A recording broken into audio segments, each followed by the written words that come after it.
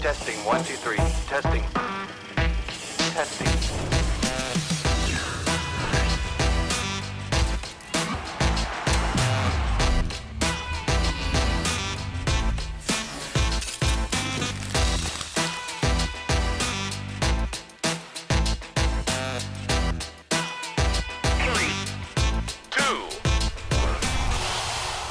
Yo, ma, and welcome to the PAC Show, proudly brought to you by PAC Athletic Club and DoubleTake Sports, the show that brings you all the highlights, lowlights, reviews, previews, news, and the interviews from rugby here in Australia and around the world. My name is Jay Bourne. Joining me tonight, our starters, both of them back in the ring. We've got Dos and we've got Dal, and on the battlers bench, we have the husk of a human that used to be known as Ryan Freeney.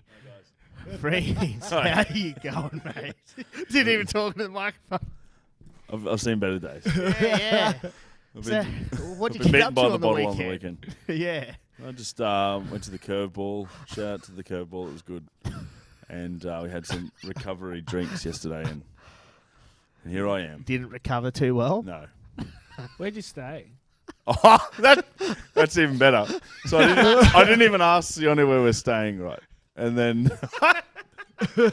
we get there and we get to this. He's like, "Oh, we're staying at the Met." Didn't look into it. Didn't work. Okay, cool. That's cool. We're sorted. We rock up to this pub and we walk in. Obviously, there's no reception because it's a fucking pub. And then we get our keys and we go upstairs. And then they walk us around this back alley and then back into this other alley. And then upstairs, and I'm like, what the fuck? And then I just walk in, and it smells like wet socks and durries. Like, just someone just... And then I was like, fuck you, Sione. And he goes, what, man? It was the second cheapest in Toowoomba. Oh, man, there's some... Yeah, it was rough. I only stayed there one of the nights anyway, so it was all good. But gives me the heebie-jeebies. Yeah, man, it was like... And like compulsory thongs in the shower, and you didn't have one in your room. It's one like it's like a dorm. Communal one. Yeah, communal and toilet. Surely motels aren't that expensive. I didn't organise it, mate. I trusted him. A communal shower. He's a real sicko. in Toowoomba. Oh man, he was sweet, and I was just like, bro, what the hell? Oh, anyway, what a journey. And then we came back down the range today, and it was good. Complete silence. Complete silence. It's good commitment from you. Thanks, man. Yeah, I was. Yeah. All you guys had to say was no problem. See you next week, Ryan. And I wasn't coming. But. No, you messaged and you're like, I don't know if I can make it. I'm like, come on, man, you got to be here. You're like, all right, I will be. Like, that was easy. Team player, team first. Yeah, that's it, mate. That is, man. Yeah. Need some electrolytes. You are killing it, Freeze. Absolutely killing it. All right, we've got a huge show this evening. We've got the final round of QPR Rugby in the book. So we've got we're going to be looking forward to the semi-finals this weekend. We're going to be reviewing the huge semi-finals in the Shoot Shield as well as the grand final coming up this weekend. And there has been huge results in the world of top-tier rugby around the world, in particular the Aussie Sevens earlier today, bagging their first ever World Series championship. Also, we're going to be getting called in by, I think, Freeney or Big Fat Dust teed up an interview with acclaimed author Perry Neum. So he'll be calling in for a quick yarn as well. So that should be terrible. But in the meantime, let's get straight into it. I just alluded to it before, lads. But Dossy boy, the Aussie Sevens men's have claimed the World Series Sevens title. First time ever since its inception in 1999. First time ever. How good. Massive. Yeah, just a brilliant result for just a really good group of men. I think, winning the world champion, being the series champion, it just talks to their consistency, over the last sort of 8 months that the IRB Sevens has been going on. John Maneni's obviously doing a really good thing. And I think they've sort of changed their strategy in terms of sevens. Historically, I think it's been a breeding ground for young up-and-coming Super Rugby guys. It's like go to sevens, get some world experience, and then come back into the Super Rugby squads. Yep. Whereas now, it's guys who are picked for sevens because their attributes that they bring to the game is more suited for sevens, and then they stay in it. And I mean, it's just, it's a totally different game, isn't it, Dal? 7s to 15. So, you need to have guys that are committed to the game of sevens, and then you'll start to get results like this. And the big thing, Dal, is the fact that 12 months ago, the professional sevens team squad was halved. So there's only 6 full-time professional players in that squad. They've plucked them out of club rugby and the fringe Super Rugby players, and they've gone on and claimed World Series title. It's absolutely massive that they can gut the program and then they can bring these players in and win it. Like, it's huge. Yeah, it's massive. And then at one point there wasn't going to be, any fully contracted guys. They were just going to pull guys from club footy and Super Rugby. But it's a test of them. And I think what Doss also alluded to was, they messed around there for a while trying to find sprinters who could become, players. But these guys are all rugby players, right? They're footy players. They're footy players. And that's what I reckon we've missed over the last 4, 5, 6, 7, 8 years. Do you know what I mean? It was trying to create guys who were skillful and whatever else and make them sevens players. Like, these guys are footballers. Do you know what I mean? And some of them will go on and play Super Rugby, and a lot of them will just play sevens. Like Maurice Longbottom, he's not going anywhere, but he'll be a sevens player forever. But they're rugby players. And that's the best part about it. And John Manetti's done a terrific job. And coupled with the women jagging the World Series in May, I think in Canada, obviously claiming gold. And then there's a World Cup on September 9th through the 11th in Cape Town, I think it is. So, I mean, both sides are on the precipice of greatness, you'd have to say. Like, it's insane where they're at. Yeah. And it blows me away. It blows me away. And it just goes to show that there's something going on with Tim Walsh and John Manenti that they're able to get they're getting club players. These guys are professional athletes, and they're winning the largest professional sevens tournament in the world. It absolutely staggers me. I can't. It's weird though, like when they had the whole full-time thing, right? And like you were saying, they're plucking random dudes out of sprinters and whatever, and then they had this full-time squad, and they're always sort of coming 5th or 4th or whatever. But now, like you said, they've halved the team, got guys that are just proper rugby players, and then win it.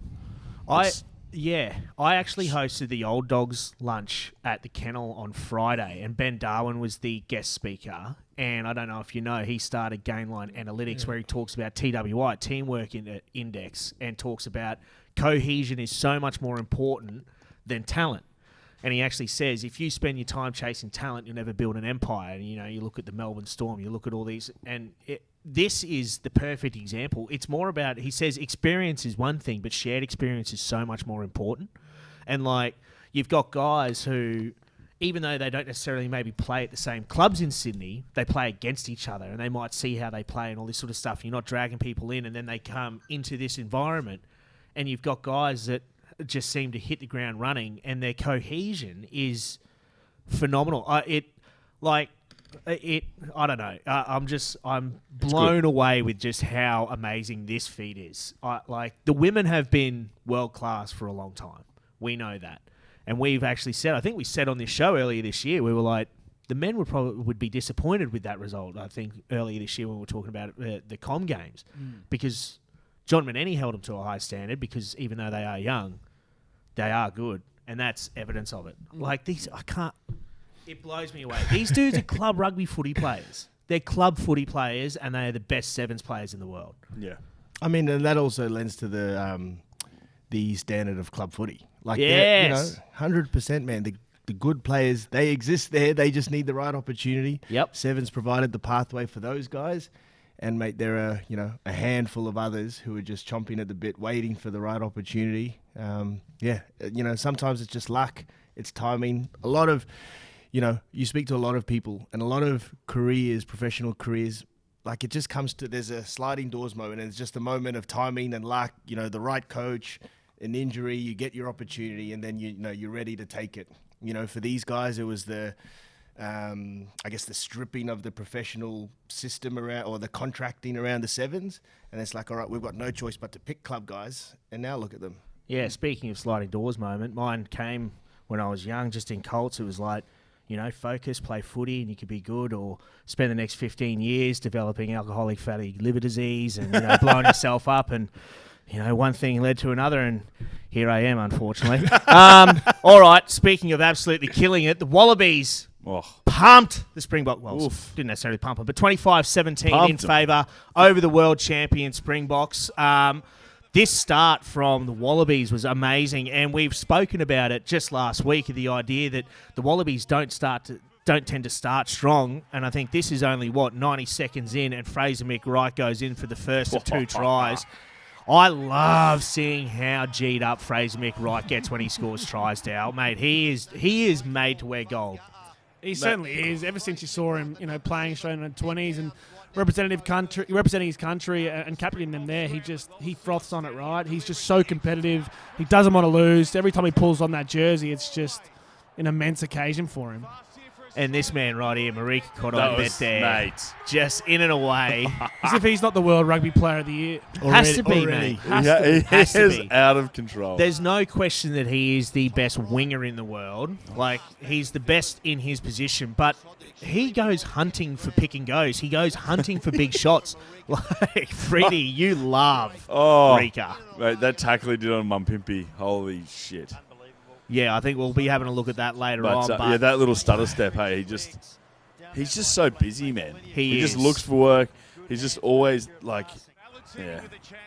But there was one thing in particular, Dal. I mean, we saw the Wallaby set piece. I mean, for the first time, the set piece is usually pretty good. Geez, this was good. Little flick pass here for Fraser McWright. Geez, that's cheeky as hell. Mate. But the set piece, Dal, that was very dodgy. Very dodgy? Our set piece. Yeah, I think it's a constant work on for us, right? I think we're still a little bit unsettled there, and it's somewhere we're always going to be a little bit laxed, and it's something that we need to improve on. I think defensively, you know what I mean? How much was there a difference, this week? I think whether it is the influence of Laurie Fisher or not, maybe it's a new voice or maybe it is what it is, but the way we stepped up defensively, I thought was just enormous. Speaking of defensively, though, Dos, do you think that was a 20-something odd lead with 5 or 6 minutes to go, Yeah. and we ended up with an 8-point win? Do you think that is not so much cause for concern, but it's something that needs to be addressed? Because it happened earlier this year as well. Oh, geez, did he even put the ball over the line? Anyway, I think it's definitely going to be a talking point in camp this week. And they'll be disappointed with the last 5 minutes of the game, conceding 2 tries right at the end.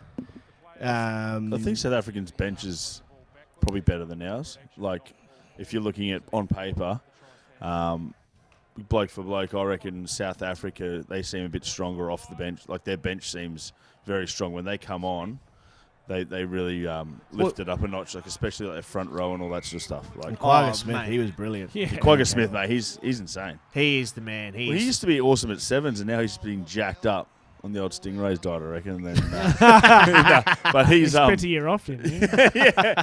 No, but like they're not saying our bench isn't quality, but their bench is like they could start seamlessly. It's And not they're even they're just not their missing a bit bench. of- They've yeah. got a squad of world-class players. When you consider there are players that don't even make their match day 23 that almost in any other World 15 will walk straight in. They are class. And again, so that's 8 wins in Australia in a row that the Wallabies have beaten the South Africans. Like, we are clearly their bogey side. I don't know why it is, but we always have been, especially here in Australia. What do you reckon? Anything you could put that down to, friends? I don't know, mate. We're trying to take their heads off. No, they just stepped up, didn't they, physically? Like, they just started well. They started well, and they just didn't fall into the trap of letting South Africa get them physically, in my opinion. And they just nutted up. Well, there was one thing that we saw in that match. There's been so much conjecture about it in regards to Faf de Klerk's yellow card against Nick White. We've got the footage here, so he's obviously just looking to put a bit of pressure on it. Gets creased backwards, and referee Paul Williams shows him the cheese due to contact in the face and. Dramatic. Like, That's so there has... That's so embarrassing. Mate, you should see the amount of just shit munchers going Godzilla in South Africa over this, man. Like, there are just reporters saying that Paul Williams should be dropped from international rugby.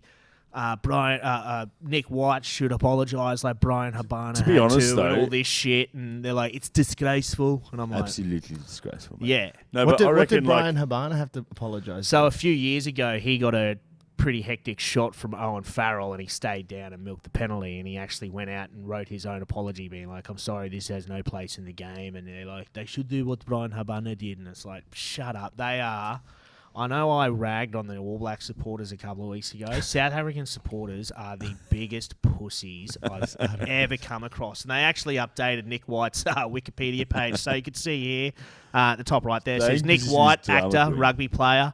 It also says his position is drama queen, and Manchester United are currently looking to recruit him. So they were quick onto the old keyboard there.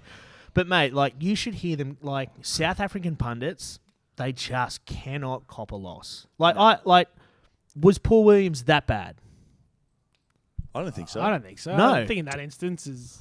I reckon it's dramatic, but if you're looking at it, what he's done is he's still struck his head. Yes, and So that's I don't the know. thing. He actually said that with a sort of smile on his face. I thought it should have been a penalty at most. Yeah. So the yellow is like, okay, but that's not why you lost. Yeah, correct. Like, Andre Pollard couldn't hit the backside of a barn. Yeah. You guys couldn't convert any of your tries. They were Like, average. you were pumping out 22. Even, what's his name? The ball coach, Niedermeyer, was like, he's like, yeah, we had like 15 opportunities in their 22 and came away with no points, whereas they came away with points. Exactly right. It's like, shut your traps. Even Butch James came out and said it was disgraceful. Butch How they James. played. No, the shot Nick White's reaction. I'm like, Butch James is like, he's probably called it disgraceful because he's like, if you're going to hit someone in the face, do Hit it him. with your shoulders. Yeah, you cheap son of a bitch. Like, Butch James, of all people, saying that's disgraceful. Fuck, turn it up. I reckon South Africa just come to Australia and they probably just enjoy themselves way too much, hey? You reckon? Mate, like the team that plays against... And it happens year on, year out. New Zealand come to South Africa blow them off the park with just unbelievable brand of footy. And then they come here, and not taking any credit away from the Wallabies, they're obviously different game plans and you adjust. But then they just they look terrible. Like Andre can't kick. Yeah, it's weird because he's usually kicking 60 metres out. Yeah. Slot, Oh, yeah. And like, And like Fran Stain is just slipping all over the place and dropping the ball, and they just built no momentum. Like, yeah. I don't know, it's a strange... I mean, it's Wallabies were good. The Box were bloody dreadful. So their fans can stick it up their we've chutney. still got a fair few injuries, don't we? Yeah, there's still a At the fair moment, few you guys know what out. I mean? So like, We had a few guys come back and the in, which boys is played good. well. Yeah. But like, you know, South Africa, yeah, at the moment you'd think that it would be, you know. But I They- mean, I don't want to they'd be speak too right soon up because next week you go to the first you go to that first try, the first 90 seconds. I think what was evident for me is that, you know, it started with Tom Wright, little offload to Valentini. Like, it was that offload through contact, and then Yeah. from that ruck, it was a little bank tip onto Laufenga. He went through. Yep. And then from there, it was a little tip onto Fraser McRuck. I think it was, So yeah. it's just- Alatoa was the one. Fraser who was last pill. everywhere. Yeah, but it's He's just always there. it's moving that point of attack. And Not- it's the small interchange of like skill. correct. Correct. Correct. That's the small skills all adding up to Do you reckon an awesome performance. Do you reckon Hooper walks straight back in? yes, Yeah, because it's Michael probably. Hooper. Yeah, no, He will. that's just fine. No. Trying to stir up some controversy. Yeah, what a controversy. Speaking of bloody dreadful, the All Blacks They weren't, mate. 18-25 Argentina were good, over mate. the Argies. They were, mate. Did I say but- this the other week? Did ya? I said the other week they're gonna win a couple more games. Oh, mate, they're on top of the ladder with this win over the All Blacks. And yet, look, the All Blacks were good. They had a pretty commanding lead at half-time, but Emiliano Buffelli nailed, I think, 5 penalties to keep them in the match. But it all started here. Talkeaho, mate, he is In so New Zealand good. too. How good is this? In Christchurch, Oh. in a 20,000-seat stadium, and they didn't sell it out. What? Yeah. Really? Yep. 26,000-seat stadium, they couldn't sell it out. And people were saying, is the game dying? And other people are like, no, the stadium just sucks and it's 6 degrees. And it's fucking freezing. Right. I'm not a penguin. Oh, mate. Chips know what I mean? and I went to the Premiership NPC final there about 4 years ago between Canterbury and Tasman in October and nearly froze to death. And they were just all about it. But as you said, friends, the All Blacks were good, but the Argies... They were Good just, speaking of defense, their defense was amazing. David Kidwell. That's Key it. is the we. I think at one stage with 10 minutes to go, the All Blacks have made 71 tackles, the Argies 135, both with only 7 misses. So a 95+% tackle success rate for the Argies. Mate, The Argies, like, they they're are just- physically, like, big side. They're skillful, they're fast and all that sort of stuff. So maybe all they needed was a couple, you know, a different coach and a different perspective. And look at them and they've now. got like, that. They're actually, like Like, you're not gonna get an easy game out of those guys. And ever. then Samso here with the turnover, just turn, spin. Yeah, that was massive. See you later. Try time. And that was almost the straw that broke the camel's back. Boffelli nails that conversion from the sideline, extends it a little bit further after that with the penalties. Like the RGs played perfect test footy, Dow. They certainly did. They stepped up again. I think Michael Checker with that breath of fresh air that he's brought, but also I think he's just got him believing, right? Yeah. That's the big thing, and they just stuck in the game, and did the same thing against Australia. It's just phenomenal what they're doing. They look like they'd be a hard team to handle. Like, they offload. They just do like random things at random times that you probably like a French sort of play that you don't know what they're going to do. Bit of flair. They've got that flair, and they're big and they're physical as well. Yeah, I think what Checker will bring to them is that ruggedness that they've maybe lacked in the past. I mean, their ability to stay within their game plan even when things aren't going that way. Things aren't going their way. This is the first time ever, hey? First win in New Zealand. They beat Ever. them in Australia a couple of years ago during COVID. Yeah, but not New Zealand. This is Not in New Zealand. That's so 2 so years ago was their first win over them ever, and now they've picked this up. So God damn. we've spoken about. Do we even talk about Ian Foster? Nah. no. No. But like Spoken Argentina are about one of it. those teams too. You can't. You have to discipline. They'll kick it from anywhere. Yep. And just anywhere. They just bloody hell. But I tell you what, it's all contributing to is a damn good World Cup next year. Yes. Bloody oath. It's so good to see. Like, look, I was looking at the table today with Argentina at top. Whoever see that, then Australia, then it was South Africa, then Australia. South Africa and New Zealand. Yeah, it's like, when have you ever seen that? It's usually like New Zealand at the top, and then all us trying to like beat Yeah, them. vying for second. Yeah, trying to get second. Now Argentina's up there. He's like, fuck. I'm not even angry. No, How not good at is it? all. It's No, good it's rugby. absolutely awesome. All Blacks are in disarray. Wallabies won. Aussie Sevens are on top of the table. Happy Fuck yeah. days. Life's good. How good. Life good, is baby. good. Life is so good.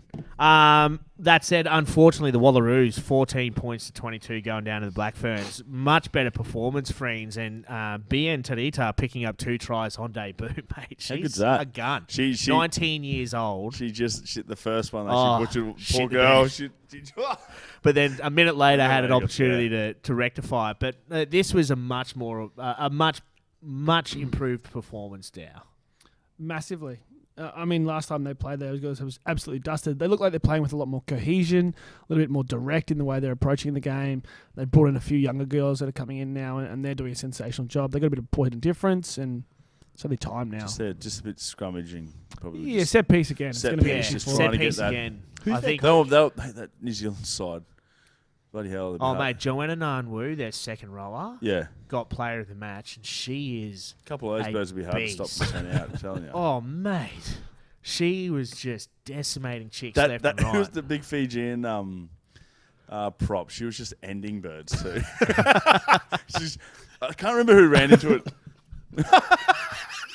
I can't remember who ran, but one of the girls ran straight into 2 of the props and just got decapitated. Oh yeah, and as you said, the set piece was not good enough evidence. I think Eva Kapani and Liz Partu both dragged after 34 odd minutes just to try to spark something. But it's the refined elements, the things that come with a bit of cohesion. But mate, you can see the difference between Bella McKenzie and Michaela Leonard, our second rower and our 10 respectively, who both played in the New Zealand comp earlier this year. Like they are just a rung above. Like Bella McKenzie is a superstar. She's silky. An absolute superstar. Same with Georgia Fredericks, mate. So, Yeah. look, it is much improved. They've got the World Cup in a month or two's time down in New Zealand. I don't know, like, that they'll be coming up against some really fierce and really well-drilled teams from around the world, but it can only be good for them, and hopefully this sets them on the right path. All right, well, that rounds out just touching base on all the news in World Rugby at the moment. Now, Zach has just given me the word that we are being joined by acclaimed author Perry Neum, the author of Memoirs, Memories, Mammaries, and Mongoloids. Perry, are you there, mate? Yeah, mate. Yeah, I'll be here. How are you? did that work? Did that? Wait, did that work? Yeah. Yes. Yes. Geez, I got nothing to do up here in Townsville. I mean, on my Media Blitz world tour of my book, which Memoirs, Memories, and Mongoloids reached number 1 on the list of problematic books released this year. Pretty chuffed. Did you guys read it? Did you guys read it? Approved. You did? Yeah. Because I sent 5 copies to PAC HQ. They must be coming with the PAC Show shirts. Am I right, Dos? Yeah, Have we got them yet? yeah, they must. No. No, exactly. Haven't They're received coming. them. Yeah. They're on the to-do list. No, you guys go. Questions? No, well, Perry. So, Perry, Yeah. you said you're in a worldwide media blitz for your new Yes. book. Yep. So where are you at the moment, mate? That's irrelevant. Boys, this is a warts and all gripping book. A gripping look into life of a former player. Plenty of warts. Tour of Borneo. Plenty of warts, believe you me. This has got a blurb written by Oz Rugby's favourite sons, Phil Kearns, David Champese, and Peter Bad Boy Bandana Fitzsimons. I'll do it. Yeah, please. You're welcome. Is that All right, permanent that's marker? it. See you guys. Is that it? Yeah, it is permanent. Okay. Yeah. I was going to say, what's... How are you going to get that off? Yeah. You got a very nice I have prison no pussy idea. going on there, Perry. Yeah. Well, I've got to keep this on till I've got David Koshy for Sunrise tomorrow, so got to keep it on for it. Did I hear you guys want me to read a little excerpt from it? Yep. Yeah. Yep. Okay. Yeah. All right. Okay. Shh. Shush. Shut up. I reached for him. My palms were sweaty. He pulled me closer. My mouth was dry, like super dry. You know when you have that bit of white gack that connects your lips together in the corner of your mouth? Yeah, that dry. Our eyes locked into focus. I knew that the time was getting closer. I had butterflies in my stomach. I felt like a schoolgirl. His big burly arms surrounded me. I felt his embrace. My knees were weak. Our faces got closer and closer until I packed my first scrum for the Wallabies. So, it's just like a look at, just a couple of stories, you know how it is. Plenty of that kind of stuff. Very intense. I want to read more. Why am I I wish I'd gotten more excerpts. I'd love to read a lot more out for you, but I haven't got them. I don't have a book in front of me, guys. I just had that. Don't worry. I'll just call PAC. I'll call PAC HQ. Yeah, we'll read it. Yeah. Sione must have them. They must have been sent to Amsterdam or something, Yeah. They must be coming. Actually, can you guys put young Ryan back on the screen? There he is. Hello. I think. Hi, my name's Perry. Mate, I think I've seen you before. I think I saw you wearing a suit and a top hat before. Is this you? No. That is you. Oh, wait a second. I thought I recognised you. Oh, it's crazy, and believe it or not, you even said penguin before, and that was just a thank you for the volley. I love it. Fucking knock him over. Boosh. Get out. There's a filter on Yeah. there. I don't even know what happened. And then wait, who else have we got over here? Oh, Dos. Oh, I've got. Did you used to be big into fitness before? I thought I saw a little thing of you in this fitness video. That's it. Is that you? That's it. That's it. That's it. With your arms down. Arms? That's it. It's only arms. That's it. Move. Okay, all in the hips. Wait, who else we got over here? Jay. Is that Jay? Jay, I swear I've seen you at a royal parade or something. Oh, yeah. Is this you here? That's an ugly kid. Little cutie. What a day, am I right? Oh, talk about rough day. Grr, Mondays. I used to play for Brothers back in the day. So, Dow, you're all good, mate. Nothing for you. Thank God. Thanks for that, Perry. Thanks, Perry. Thank God. Did you actually play for Brothers back in the day, Perry? Yeah, back in the day. Hey, he's up. Yeah, long time ago. Back when we used to play with leather balls. I remember getting my hands on big, heavy, leathery balls. When they got wet, it was like handling a bar of soap in the teacher's North showers. Risky, right? That's when men were men. That's all I'll say. That's all I'm going to say about that. Men were with men or men were men? What was that? You heard what I said. It's all in the book. If you'd read it, if you'd bloody given them out, we'd all have read them, right? Yeah, that is true. We'll have to find them. Is it? Yeah. Maybe something slightly problematic, believe it or not, mate. Boys, I remember. I watched. No, I won't do this one. I don't think I'll do this one. Nah, do it. Just do it. Yeah, I'll do it. I'll do it. For my brethren. I was watching the Wallabies play the All Blacks on Saturday at noon, and geez, there were some big fellas running around there. Tight game, and of course the All Blacks got up. You know, is that right? No, the All Blacks lost. What? All Blacks? Yeah. Oh, Yeah. Wait, what was I watching? I think you were watching the Wallaroos versus the Blackferns. It's the women's team. Since when do women play rugby? Oh. Told you it was problematic. Anyway, guys, I gotta go. Dal, I shouldn't have done it. I told you. Anyway, guys, I gotta go. Shouldn't have done it. Koshi's on the phone. See you guys. All right, Perry Neum, ladies and gentlemen. Get him up. Wait. Oh, Thanks, guys. It's been a pleasure. Perry Neum, ladies and gentlemen, acclaimed author of Memoirs, Memories, and Mongoloids. He's just got us cancelled. He was doing so well. What about the See you DOS? next week, boys, maybe. The DOS one? That's it.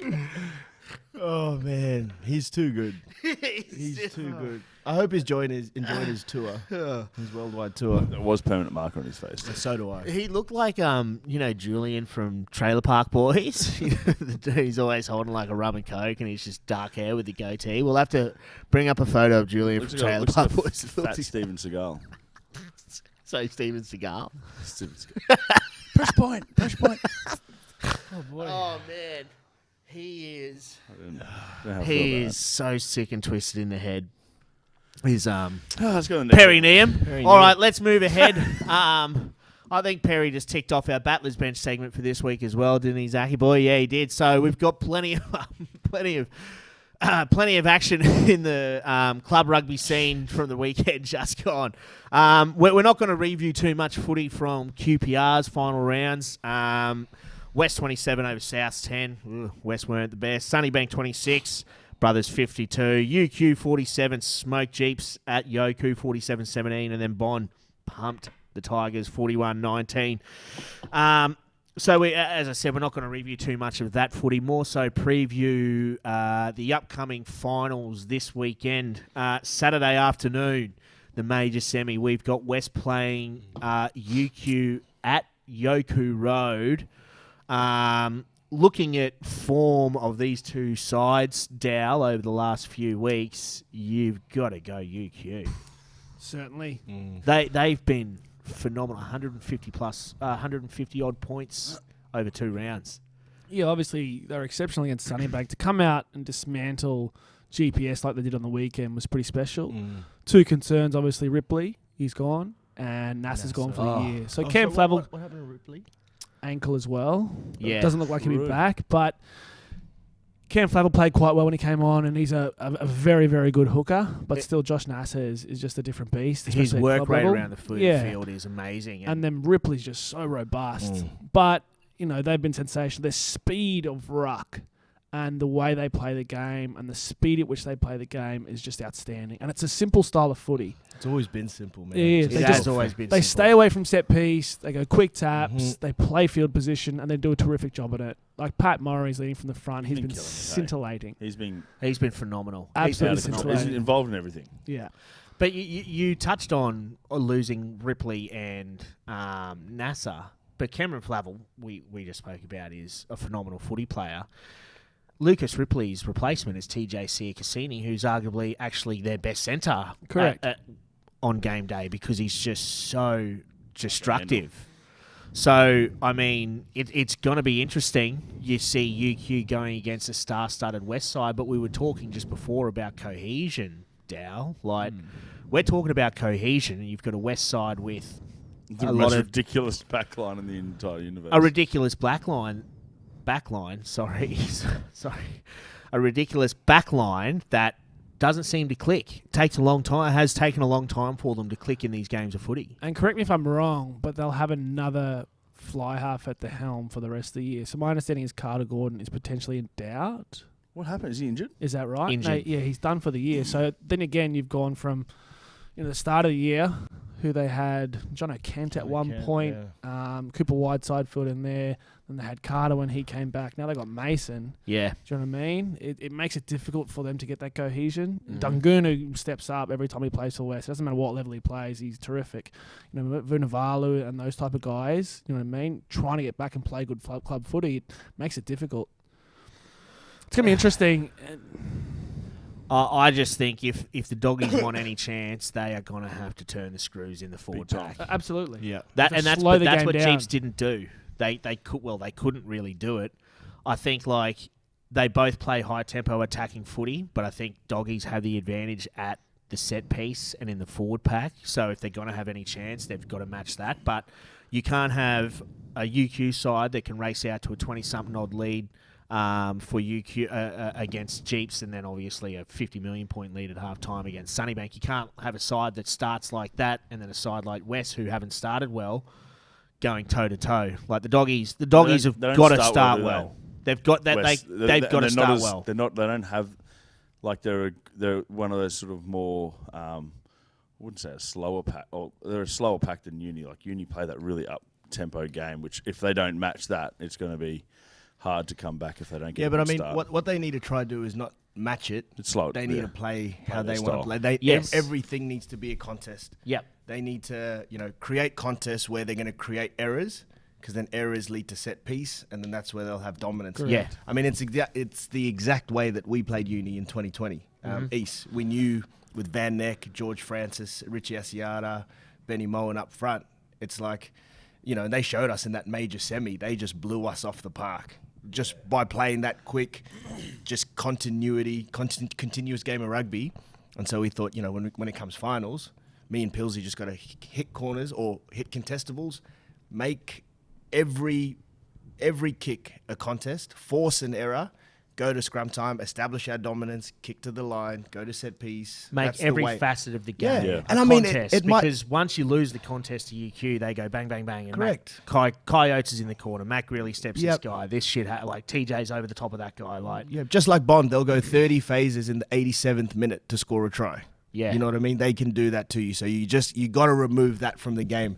And I mean, it's 80 minutes of boring footy, but you'll get a result. I just want to highlight some footage as well. So we saw, obviously, that there was a terrible injury to Josh Nasser with a badly broken ankle from the weekend just gone. It was in the lead up to Matt Greeley's try. So Matt Greeley, you can see here, we won't show the injury itself, but Matt Greeley scores a try, talks a bit of shit, and then handles seeing the injury pretty well here.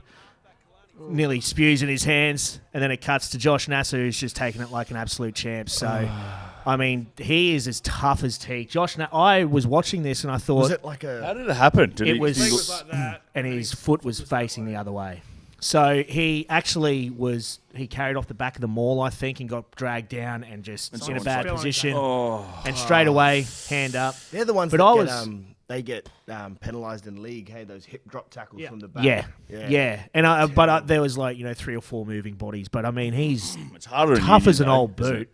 Because I was watching that and I was thinking oh yeah, he's taking it pretty well. I don't know what it is, and I see the green whistle. I'm like, what's going on here? Then TJ Siakasini, paramedic by trade, runs out, secures the leg, gets him. And I said to Zach before the show, I'm like, mate, he was off the field within a few minutes. Like, and that was all TJ. Like, Yeah. what a man, eh? But like, I love him. I was just thinking like, oh, it mustn't be that bad. And then the green whistle's coming out, and then I saw a glimpse of it and was like, oh, Like, gee. you have to put an ankle Yeah. back in place like you do a finger.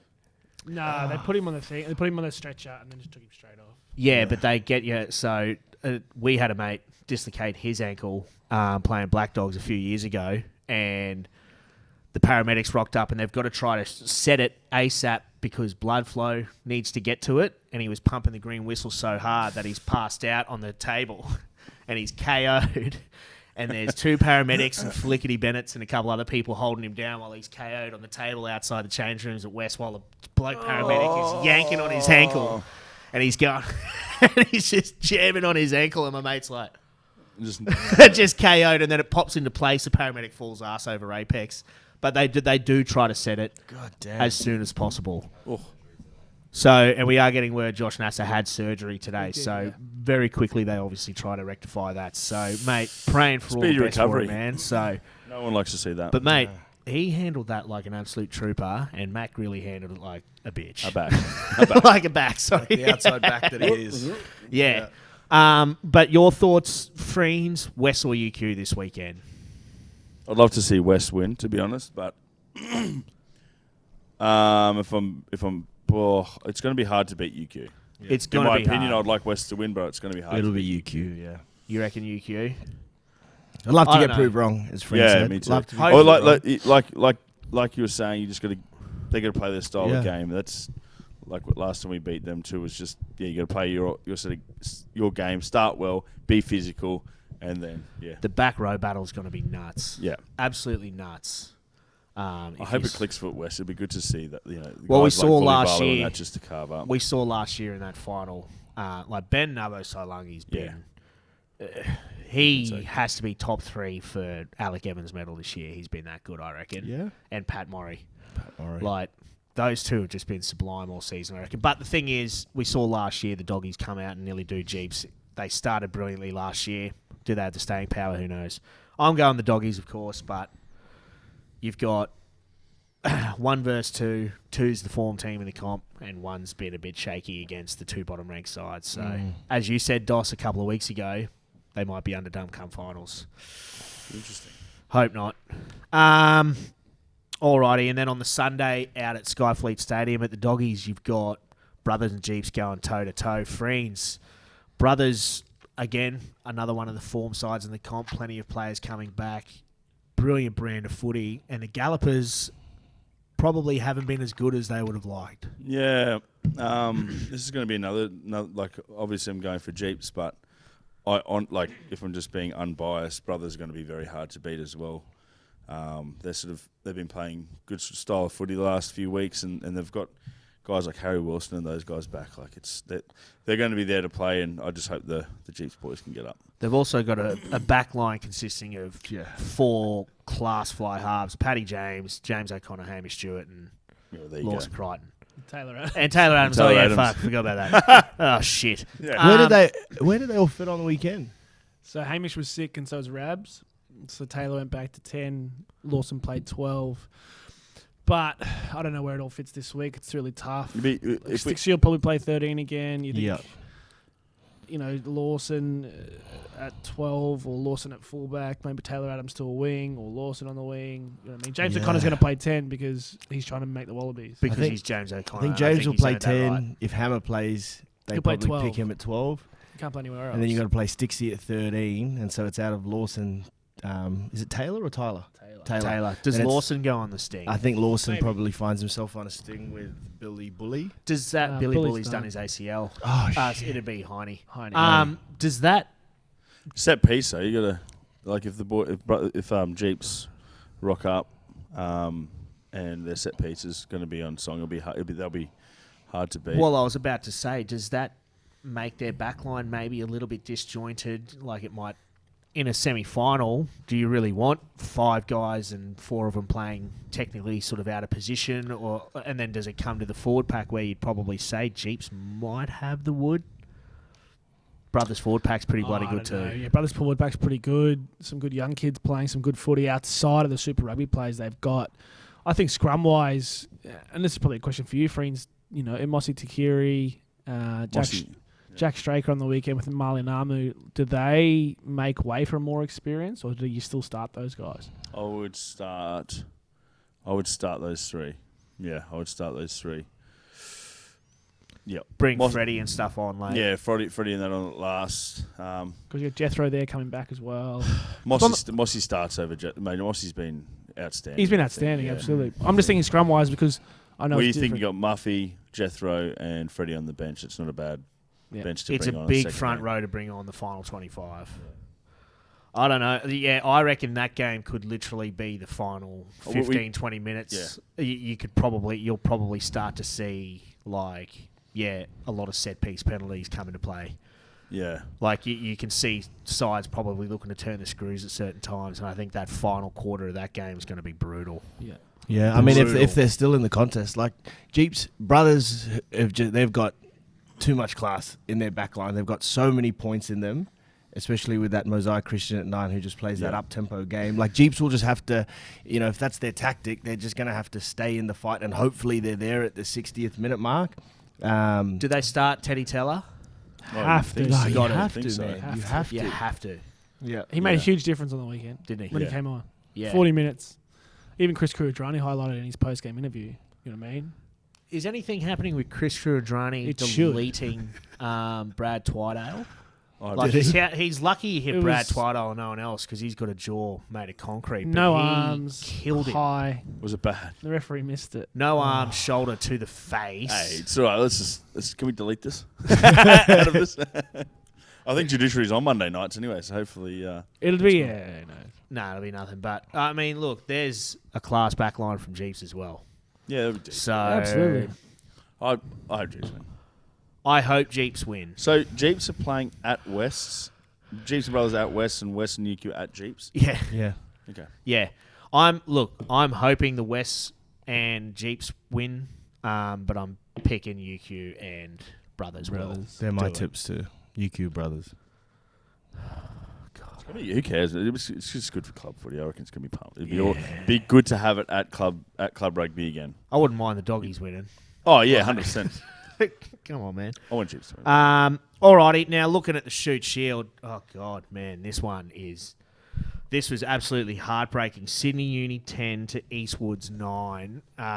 Pretty dour game by way of standards, but this is by way of the two sides, high attacking footballing sides, but early penalties. Edmed levels it here, and then not too much else from here. Uni scores the only try of the match through that rolling maul, but long story short, 78th minute, Tane Edmed has a shot at goal from 45 out, misses it, they knock it on, and then has this opportunity after the hooter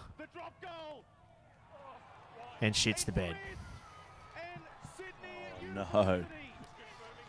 Absolutely brutal stuff, and that Far out. that's rugby though, isn't it? That's finals footy, man. So close. I could have got that Should left-footed. have kept going. He was bawling his eyes out too, mate. I mean, they were close, but that is a sitter every day of the week for a player of Tane Edmed's quality.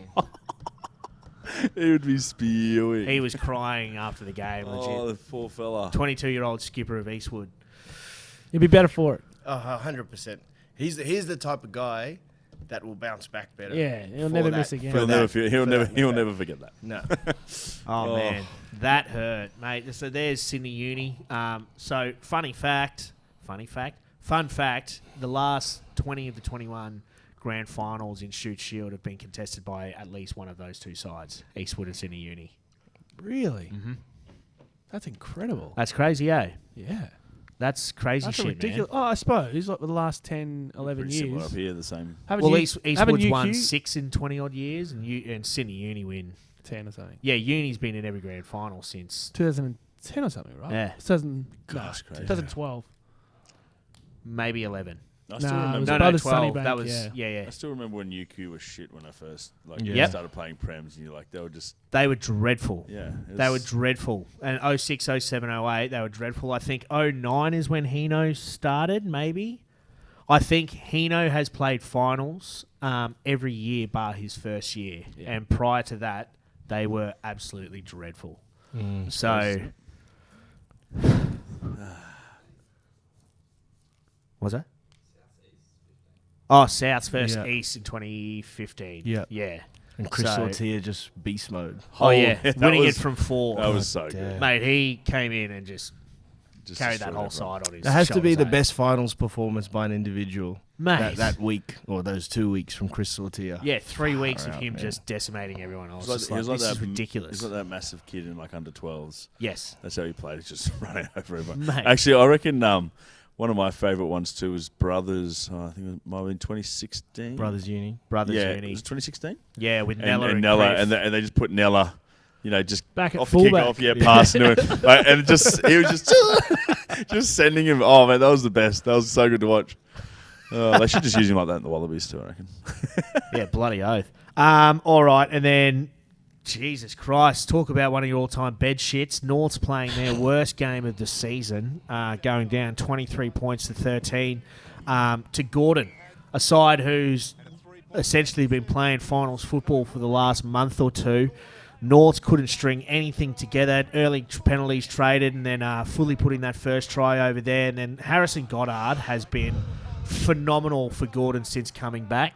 I think he and Mahe Vailanu have been absolutely huge for the Stags. But this was really the first opportunity Norths had in the whole game. And then it was shit like this, just bouncing out, early pass, poor finish. And Gordon's defense was unbelievable, Dow.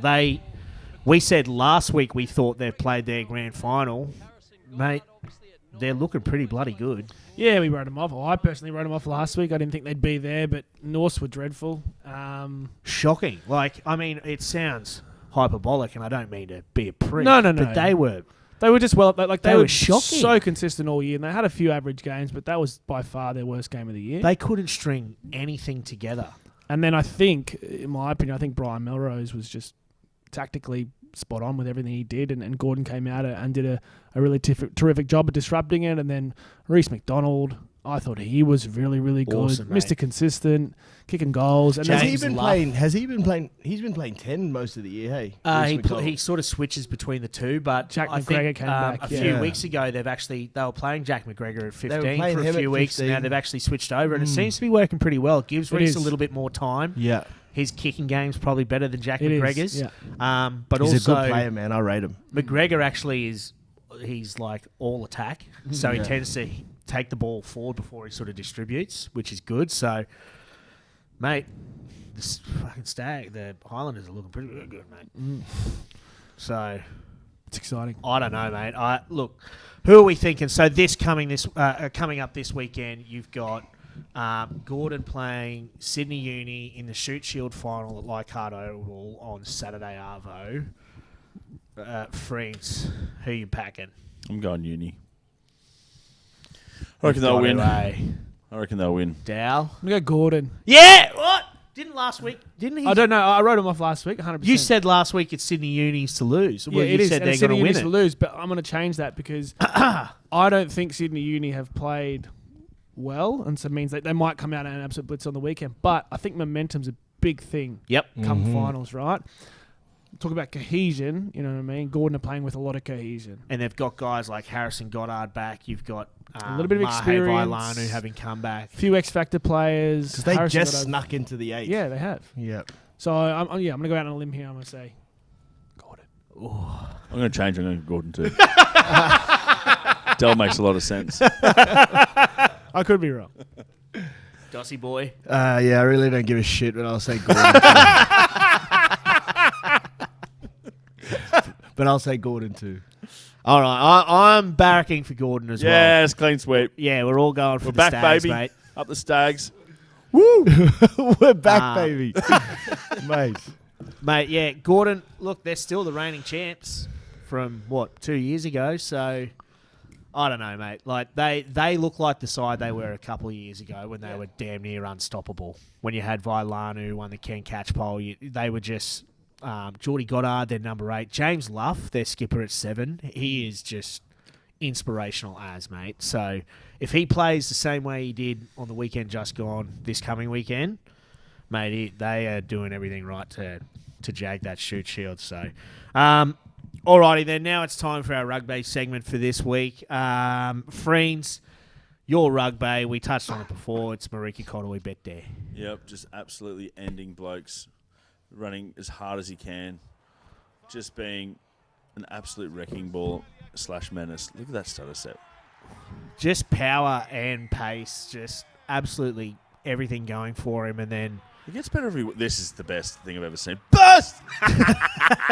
Oh, that was just the best thing I've ever seen. Look how fast he's running. And look where he's come from. How is he not knocked out? Absolute missile. Boom. see, and so many South African pundits are like, he should have been carded for that. And I'm like, Makazola Mapimpi jumped into Makazola contact. He should went be- to wrap his arms, but Mapimpi jumped into contact and Yeah. hit it If down. he comes off his left foot, he probably scores. Oh, 100%. Yeah. That's, and see, this is exactly what we were talking about before. The Springboks were just off. Yeah. We spoke last week, Mapimpi's When is best One, winger. yeah, one of the best finishes. Like, that's what I was And thinking. then he was like, could have. But then he sort of had those two guys there as well. I don't know. I don't reckon he must have just seen Kurumbeti coming. I don't think. No, I don't think No one did. All of a sudden, He he's came from upside nowhere. down. I didn't see him in live, and I was like, "Whoa, who was that?" Yeah, I was just like, what just happened? He just hid and just bang. when's his deal with Panasonic up? That's a good question. I don't know. I think next year. I think he's on a 2-year. God, surely rugby's one of the Super Rugby teams. Why? I mean, like, surely they're going to go all in to get him back. How old is he now? Why wouldn't you just let him go I think and play he's overseas? 29. Then Just let him do what he wants, man. He's Just still get in him his- back for still the in his test. 20s. Yeah, just bring back for the Yeah. test. Just bring back the test, mate. He's like a Batia, just super hard. Just does not care. Like, that was technique wise. That was a horrible tackle. Head in the wrong place. All that sort of stuff. And he just ends people. But I think what he's Dos, you'll be able to explain this better than everyone. But what he's been able to develop since coming to rugby, there's a play on the weekend where South Africa hit a 50-22. He sprinted back at full gas, catches the ball on the sideline, turns pirouettes, and then kicks the ball from inside his 22 out on the 50-metre line. yeah. Like, the guy couldn't kick when he started. Yeah, running. 100%. Like, physically would throw it, drop it, and then kick. Like, for him to be able to do that, I think he's super well rounded now. Yeah. Yep. And that's the most impressive part about him. Because usually you'd think he 100%. was never going to kick it back. Yeah. Hey, you'd just be like, oh. Run it, Yeah. mate. Yeah. But, oh, man. But that's actually quite a lot of players in Aussie rugby at the moment. Guys like Jordan Petaia. Jock Campbell was one who's been working so hard on his kicking game. You've got a lot of I mean, guys. but yeah, Jordan and Jock, they're naturally skillful. I think Marika is something that, and similar to... I remember he's when- just freakishly athletic. He's freakishly athletic. Like when Eddie Jones was at the Reds with Digby, he said a whole preseason from October to February, he's like, Digby, you can't go one day without a rugby ball in your hands because his hands were terrible. And so Digby would walk around on the weekends and shopping malls and he'd just have a rugby ball the whole time. And Marika, it's a different game these days, but even against England, he's showing his left to right pass when he's running those second mans, the kicks on the weekend. I mean, he is probably insanely fit because he doesn't let down. And these top, Yeah. like his top There must speed be- meters, like, you know what I mean? Like, it's not like it's just he's having a run and that's it. He's like, just like running everywhere. And he just defying, Show that fucking- just mate. defying science. Yeah, man. Like, punching a pack We a were day and playing 80 minutes of test footy at the highest intensity. Yeah, man, he's a freak. And I'm with Dal. I mean, the development in his game from when he first came into rugby, he's obviously Fijian. It's in his innate being to be a good rugby player or, have that flair. But coming over from league into rugby, he's just progressed, phenomenally. And he's brilliant. Best player in the world at the moment. He is the best has player to in the be. world at the moment, mate. What he Has to brings be. to that Wallaby side is ridiculous. Dow, your rugby, we've spoke about it before. Pat Morey, mate. He's been sensational. He's just leading from the front last couple of weeks. I just thought to throw this in, just gets late deleted. No, but just the way he plays, like he's speeding the game up, he's backing the game plan, he's leading from the front. Look at this line, breaks it here, and then has a peace of mind to link up out wide. I reckon this is one of his best Ethan years. McFarlane. It's yeah. He's been Like, phenomenal. Like he he- started the year slow. Mm. Obviously, he had that. He's lost his finger as well in the off season. Had that chopped off. Oh, did you get that chopped off? Yeah. So he's Yeah, only man. got a little finger now. That But was this one was right angle, that one? Yeah. yeah, Yeah. and so he's come back and he's just built into the year, and he's been absolutely sensational come the back end, and he is just brilliant. He Yeah, I've never seen him this, like, it's like he's always been like one of those hard workers. He's always been into everything. But the amount of like sort of involvements I see him where he's sort of making a break or he's ball playing or something and setting something up. Like, like what we it's just been, saw. Yeah, it's been You know, insane. and like we spoke earlier on in the show about timing and guys getting the right opportunities. And I mean, and he'll be one of those guys. I'm not too sure how old he is now. I think he's only 25 or something. Still. 27, I think. Oh, is he? 27. Yeah, but he might he's been consistently one of the best players in the Hospital Cup for like the last 4 or 5 years. But we've had guys like Fraser McWright, Harry Wilson, Angus Scott Young just coming through at the same time, already in the system.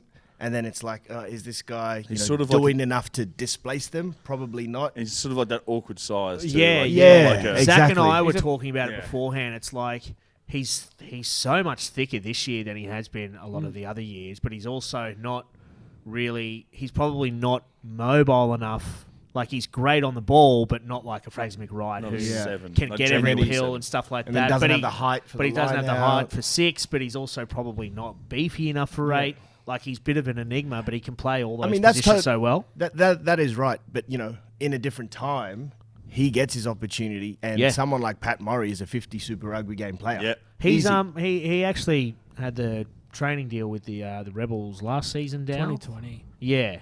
So he has been on the radar, has had opportunities. I think, I honestly reckon it's just It's just timing. unfortunate for Yeah, him. mate, it's just timing and Yeah. genetics. He's You know, not- he's they not- he's probably not the see- first one, They mate. probably see someone like Yeah. him and go, fuck, we've got someone who might be 6 inches taller and we might be able to train them up, like... I don't It's know just like- how no, but much it's just that like plays a timing of part, it. but it has to play Yeah. something. And, he's just been behind some generational players. But, mate, he will go down as one of the greatest UQ rugby players. 100%. No two ways about it. Like they just had this back row system there where they go like Connor Mitchell, fucking Jack Snap. DeGangan, Pat Murray, and it's like, for fuck's sake, like No, you know what the best thing is about UQ?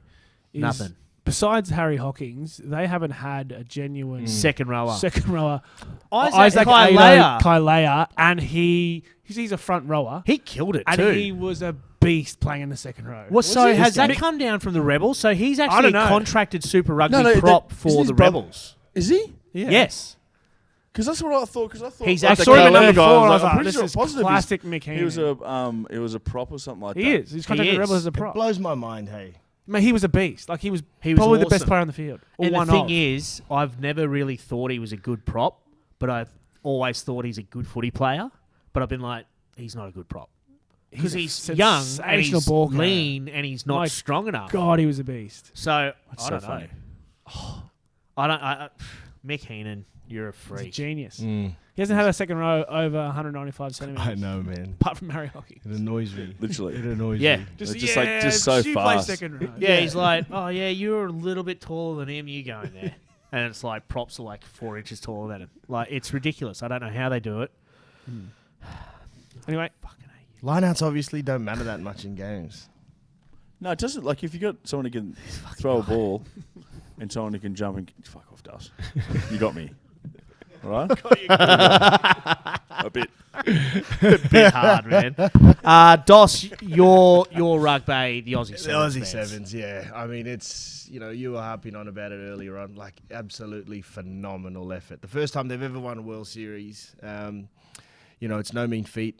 And yeah, just speaking volumes of what's happening with the Seven Circuit at the moment. I mean, the boys, the men and the women, both doing unreal things. But yeah, this was a just sustained, consistent performance over the last 6 to 9 months or however long the series goes for. And yeah, I'm sure, they're still celebrating.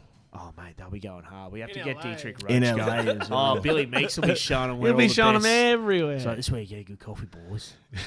It's like big Billy kissy lips. Yeah. Oh mate, This is where you get those little Botox injections to get these. do you bad reckon, boys. mate? His lips. Oh mate, I'd like to plant one right on him, mate. Just see what it's all about. Yep. Mate, they look awesome. They're dreamy. Speaking of. Where are we going? And now my rugby for this week. Did we end up getting this footage, Zach? Whoop, fuck. Shit the bed. I was meant to get the footage and I forgot to get it. Download it from Huddle. But my rugby, it was going to be Bien Tarita, so shout out to her for bagging 2 on debut at the age of 19.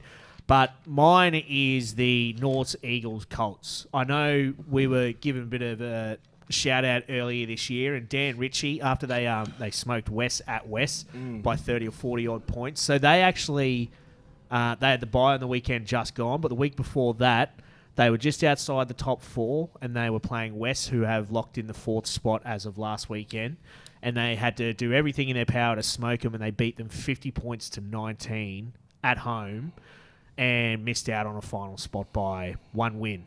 So equal number of wins as West, who came 4th, 9 from 16, I think it is. And this is a side that, like, without being rude, have been useless, comically terrible. Like they have. They've been very poor, and they've jagged 9 wins in a season, just missed out on finals. Twice have smoked the side that came in 4th. Like we did. I'll have to show some highlights some other time. But Dan actually sent me some of those highlights, and mate, their little halfback, I think George Stokes, is an absolute gun. Like they are. We're talking about cohesion. What Dan Ritchie's done with those guys, and they are North's juniors. They've come in. They're ragtag. Hopefully they stay.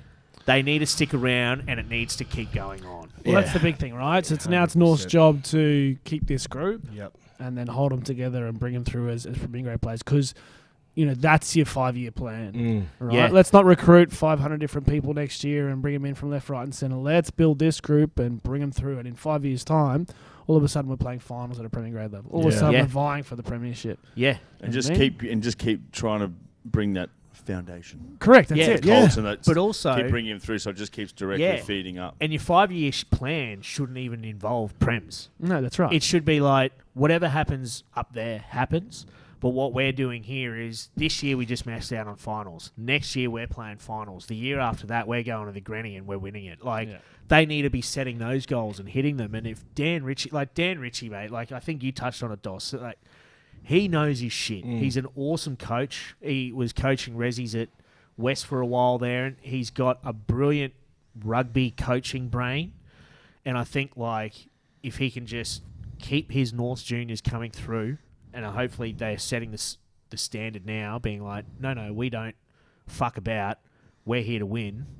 These young kids can come through and go, oh, there's actually something there for me. And, yeah, like, as you said, Dal, it's their 5-year plan needs to just kick off from now. So, mate, special shout-out to the North Eagles Colts. Like, I know they've copped a lot of shit in their time. Kind of a lot from me. But, like, testament to them, mate. Absolutely awesome. Gutted they're not playing finals, but bittersweet considering the Doggies made it instead. So, but that's all good. So, that rounds out this week's episode of the PAC Show. Hopefully next week we do have some big guests and aren't weird. Jesus Christ. I just forgot about that. That was too. insane, man. Perry Neum, or one of the all-time sex pests. But that rounds out this week's episode of the PAC Show. As I said, be sure to tune in next week. As always, like, subscribe, share our content, get the word out there. Let's get the game back to where it should be. Zachy Boy in the 1s and 2s, thank you very much. Doss, Dallin, Freeney, go home, rest up, eat a banana or something, get those serotonin up, buddy boy. Thanks for tuning in. As always, like, subscribe, and share our content. We'll see you next week. Ciao.